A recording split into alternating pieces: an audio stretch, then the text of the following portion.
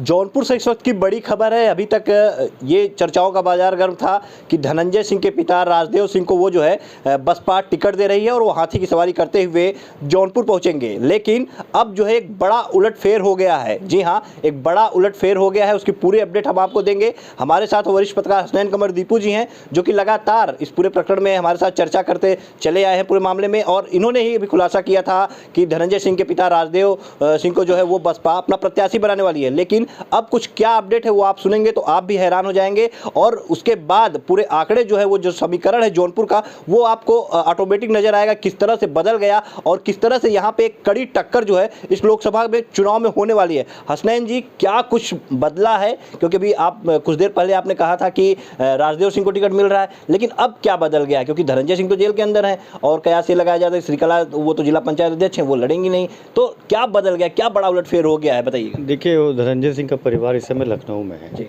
और बीएसपी का टिकट के लिए ही है। और बहन कुमारी सुश्री मायावती जी से उनकी मीटिंग हुई है और मीटिंग में जो बसपा के बड़े पदाधिकारी लोग थे वहाँ एक चर्चा हुई। इस चर्चा में ये था कि धनंजय सिंह के पिताजी चुनाव लड़ेंगे, लेकिन ऐन वक्त पर यह हुआ कि नहीं, अब श्रीकला धनंजय सिंह चुनाव मैदान में उतरेंगी।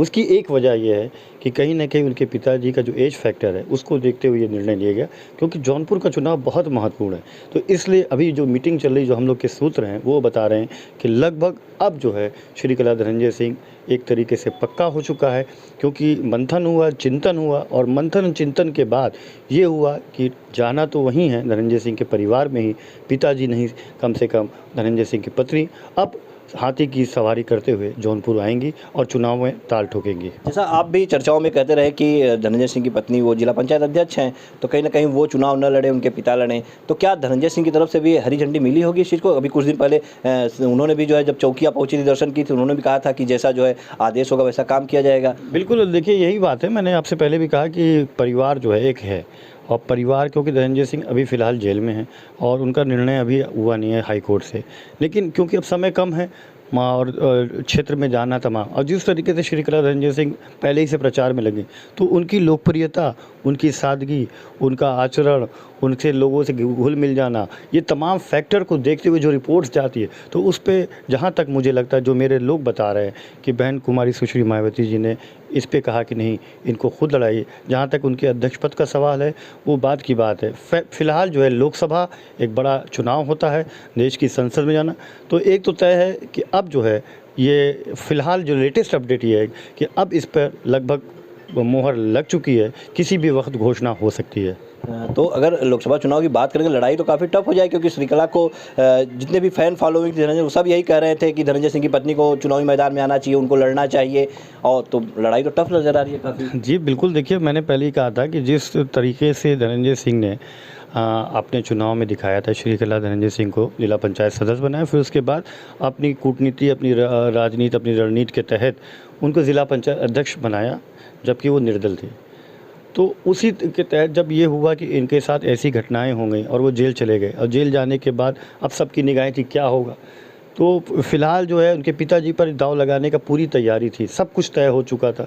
लेकिन क्योंकि एज फैक्टर है, आप जान रहे हैं कि किस एज पे हैं, तो ये इलेक्शन बहुत बड़ा इलेक्शन होता है, बहुत बड़ा क्षेत्र, 5 विधानसभा होता है और लाखों कार्यकर्ता, लाखों जो मतदाता उन तक जाना होता है। तो कहीं ना कहीं इस बात पे जब बातचीत हुई तो आखिर में श्रीकला धनंजय सिंह इसमें फिट बैठती हैं, और एक तरीके से जिस तरीके से उनकी लोकप्रियता है और वो लोगों से घुल मिल जाना, तो इसको देखते हुए बसपा सुप्रीमो ने शायद ये कहा कि नहीं, आप खुद लड़िए, पिताजी को रहने दीजिए, बाकी जनता तय करेगी कि कौन हम जौनपुर का सांसद होगा।